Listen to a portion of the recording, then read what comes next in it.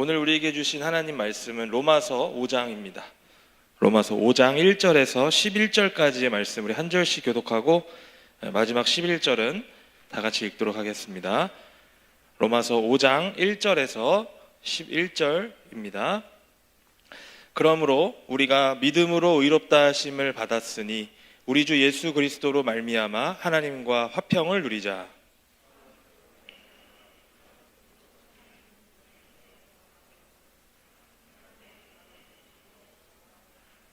다만 이뿐 아니라 우리가 환난 중에도 즐거워하나니 이는 환난은 인내를, 소망이 우리를 부끄럽게 하지 아니함은 우리에게 주신 성령으로 말미암아 하나님의 사랑이 우리 마음에 부은 바 됨이니,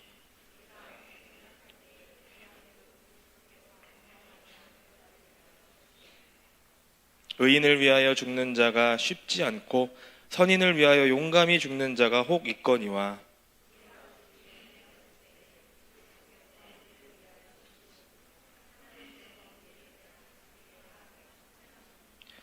그러면 이제 우리가 그의 피로 말미암아 의롭다 하심을 받았으니 더욱 그로 말미암아 진노하심에서 구원을 받을 것이니,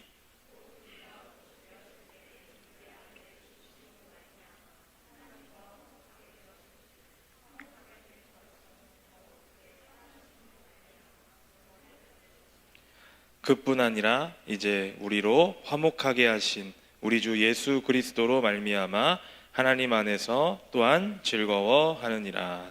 아멘.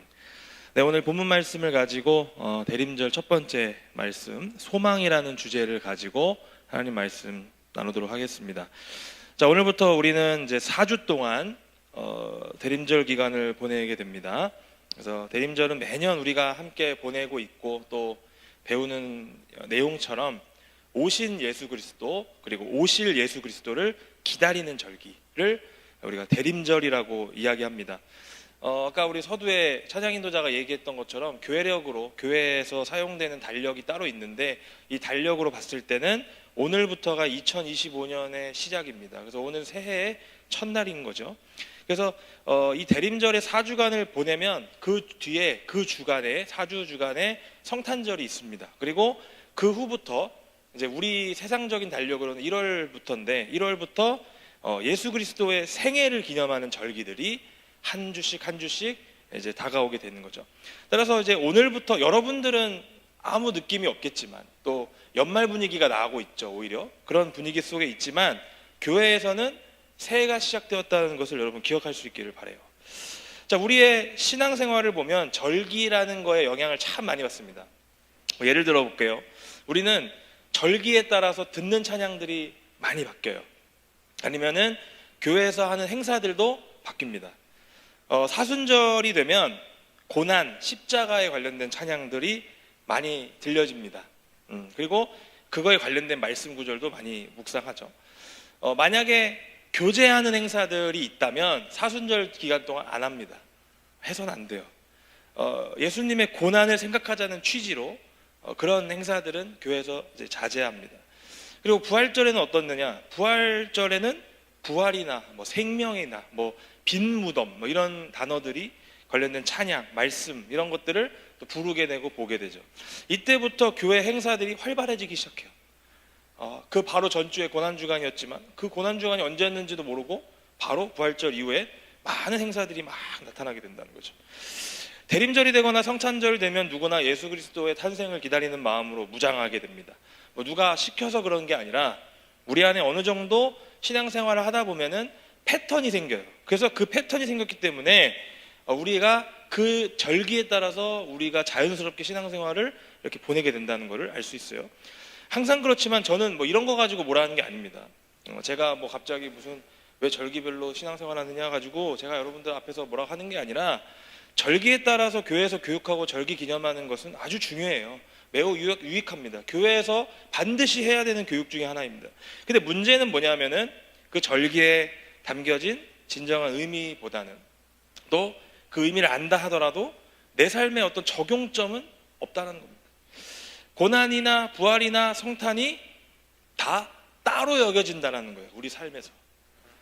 전혀 그렇지 않습니다. 다 연결되어 있는 개념들이에요. 이것 중에 어느 한 가지라도 빼먹으면 이건 교회가 아닙니다. 신앙생활이 아닌 거예요. 그러니까 진정한 신앙의 삶을 살아낼 수가 없어요.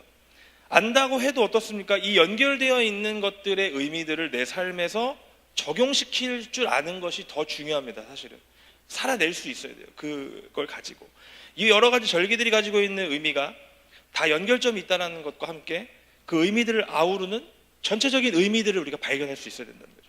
어떤 것들인지 간에 다 관통할 수 있는 하나의 그런 주제들을 우리가 다 이해하고 삶에 적용할 수 있어야 건강한 신앙생활로 이어질 수 있다는 겁니다. 따라서 우리는 이번에 대림절을 맞이해서 대림절에 담겨져 있는 어떤 신앙의 의미를 발견하고 그 의미를 내 삶에 한번 적용해 보는 거예요. 그래서 한 주 동안, 이번 주 한 주 동안 우리가 각자의 자리에서 살아내면서 그 말씀 가운데서 우리가 한번 적용해 보고 살아내보자 하는 그런 결단하고 도전하는 시간이 되기를 원하며 함께 말씀을 나누겠습니다.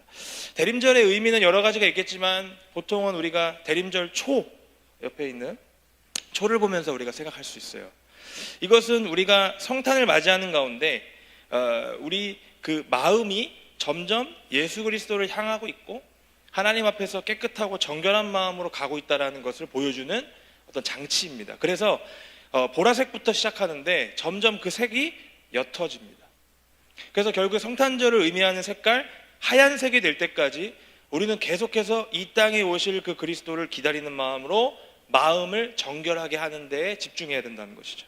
그래서 보통 초가 일반적으로 봤을 때는 보라색, 연보라색, 분홍색, 연분홍, 하얀색 이렇게 이제 점점 옅어지는 것을 우리가 볼 수 있는데 우리가 이 보라색부터 이어지는 하얀색까지 되는 그 과정 가운데 우리가 마음이 어떻게 준비되어 가고 있는지를 점검해 보면서 대림절을 보내면 더 중요한 시간이 되지 않을까 생각이 듭니다.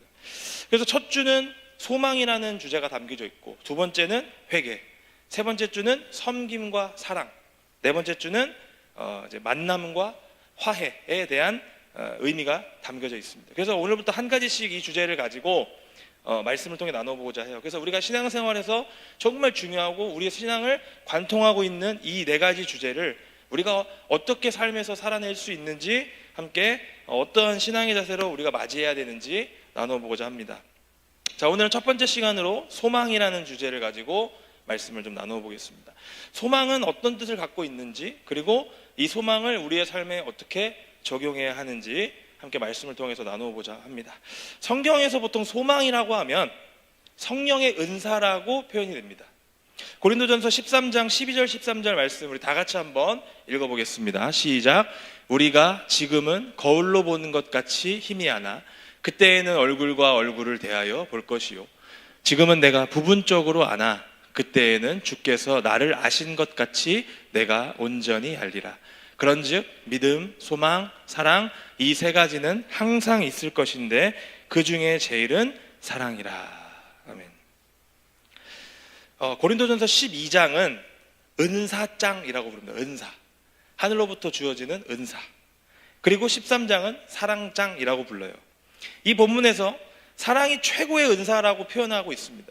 우리가 잘 아는 말씀 아니겠습니까? 믿음, 소망, 사랑 이건 항상 있을 것인데 그 중에 제일은 사랑이라 라고 말하는 거예요. 자, 그래서 이 특별히 12, 13절 마지막 구절은 믿음, 소망, 사랑이 우리 신앙에서 필요한 이유가 있다. 이 은사들이 왜 우리 삶에서 중요한지에 대해서 말씀을 하고 있다는 거예요.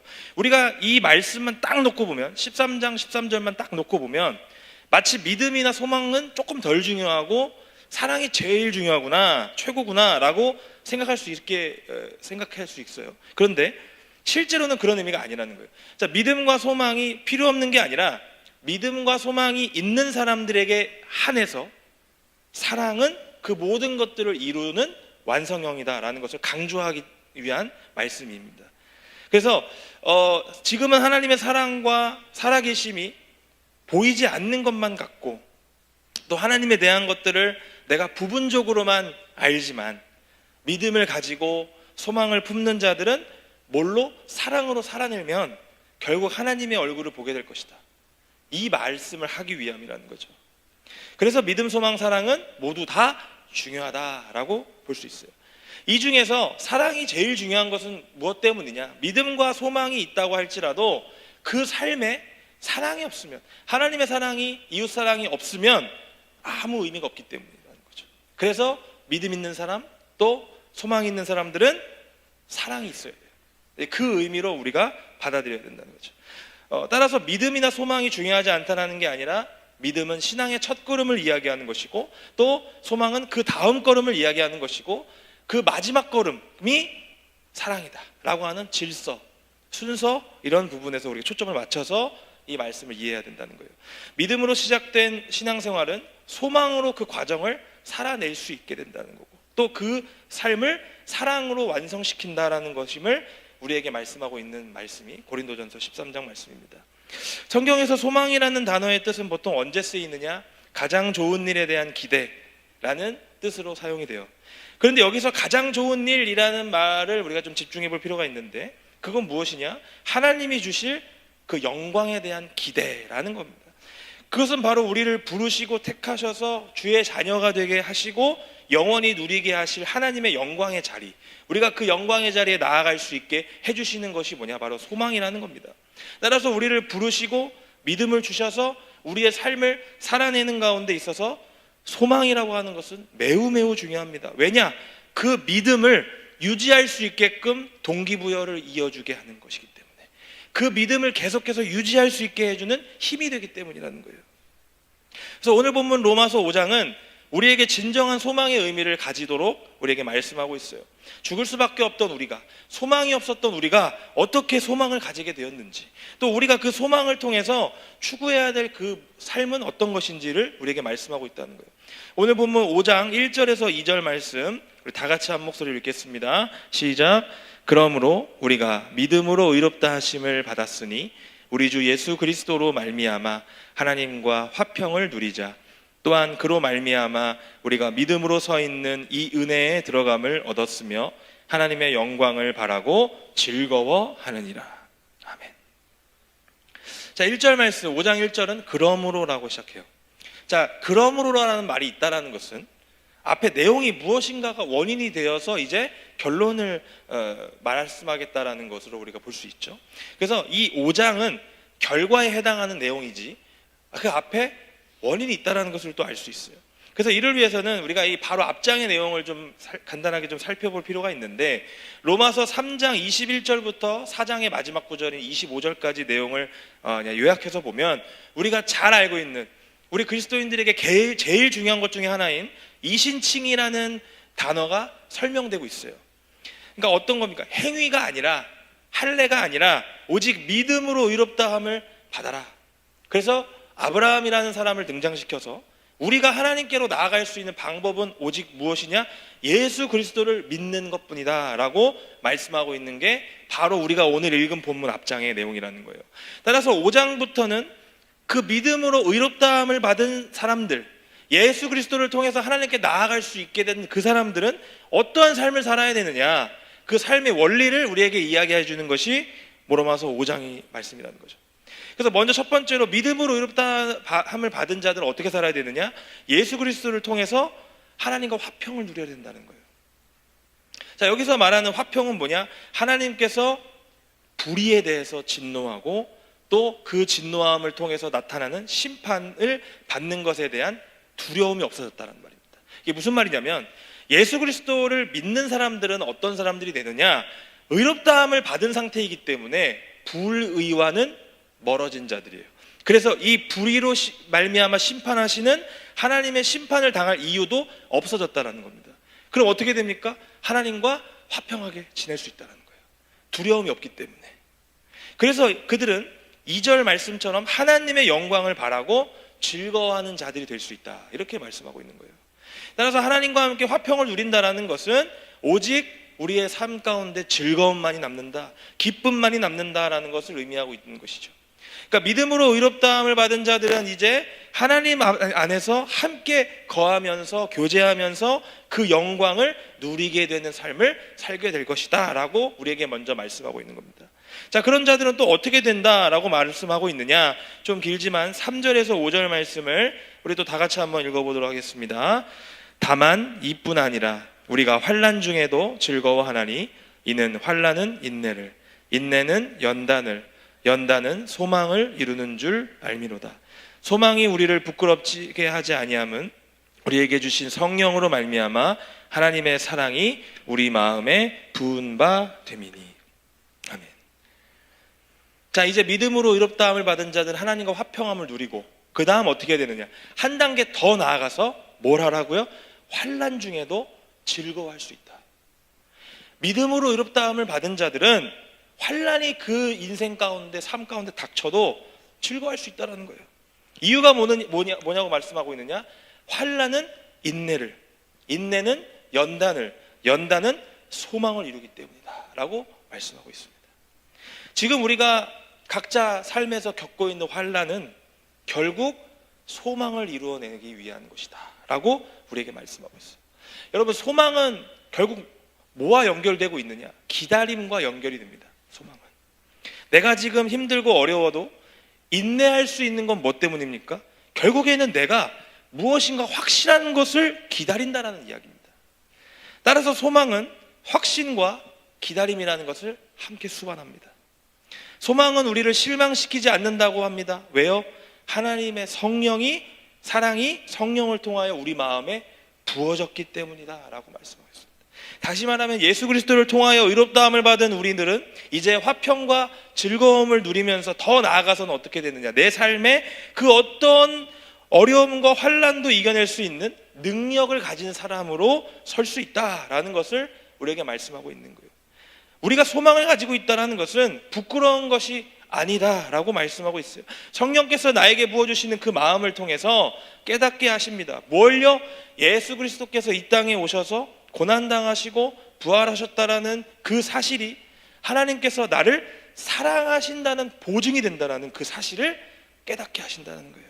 따라서 소망을 가진 자들은 부끄러운 것이 아니라 도리어 담대하게 나아갈 수 있게 된다라고 우리에게 말씀하고 있는 겁니다. 결국 믿음으로 의롭다함을 받은 우리들이 가질 수 있는 소망은 어떤 것이냐? 바로 이 땅에 아들을 보내셔서 위로하시고 구원하시고 함께 하신다는 그 하나님의 사랑이 우리에게 소망이라는 거예요. 로마서 5장 8절 말씀입니다.